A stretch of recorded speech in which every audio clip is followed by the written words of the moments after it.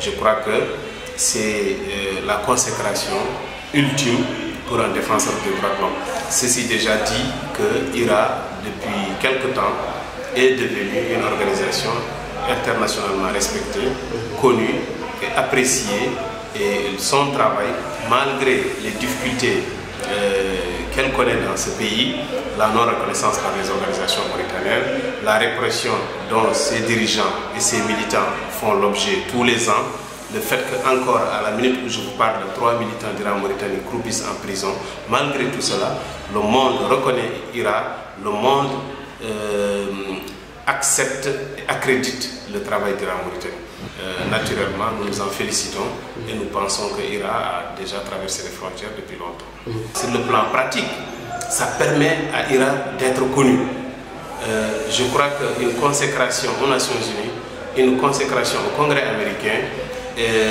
met en évidence le travail d'IRA, met en évidence le président d'IRA, et ça permet à IRA de médiatiser son combat, de le rendre plus large et de le faire connaître, de le faire partager par beaucoup de monde. Donc les retombées sont dans ce sens importantes, mais aussi des retombées qui feront que les autorités mauritaniennes comprendront qu'elles n'ont plus affaire seulement à une organisation mauritanienne, mais au monde libre qui reconnaît l'action d'hommes et de femmes qui ont pris le choix, malgré les risques, malgré le danger, de défendre les droits de l'homme. Donc je crois que sur ce plan aussi, c'est important, et je pense que les autorités mauritaniennes devraient se résoudre à reconnaître IRA en Mauritanie et l'aile politique qui est issue de la Mauritanie, le Parti radical pour une action globale. Comme vous le savez, IRA a commencé son travail dans des conditions très difficiles. De quelques personnes, nous avons réussi à faire adhérer quelques dizaines, puis des centaines, des milliers. Malgré cela, il y a des milieux qui sont réticents au travail d'IRA en Mauritanie. En voyant que le Congrès américain donne la parole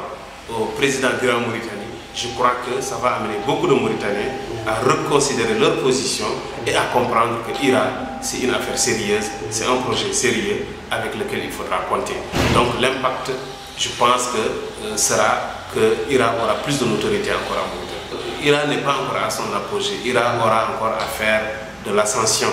car le travail d'IRA ne finira que quand il n'y aura plus, ou du moins quand les risques de violation des droits de l'homme seront portés à un niveau minimum. Donc tant qu'il y aura ce genre de crimes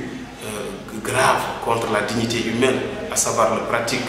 pratiques de l'esclavage, à savoir le racisme d'État, l'exclusion dont souffrent les populations noires de Mauritanie, tant que ces crimes graves existeront, je crois que IRA aura toujours du travail et par son efficacité, donc aura à faire encore des résultats, à progresser et à faire des victoires.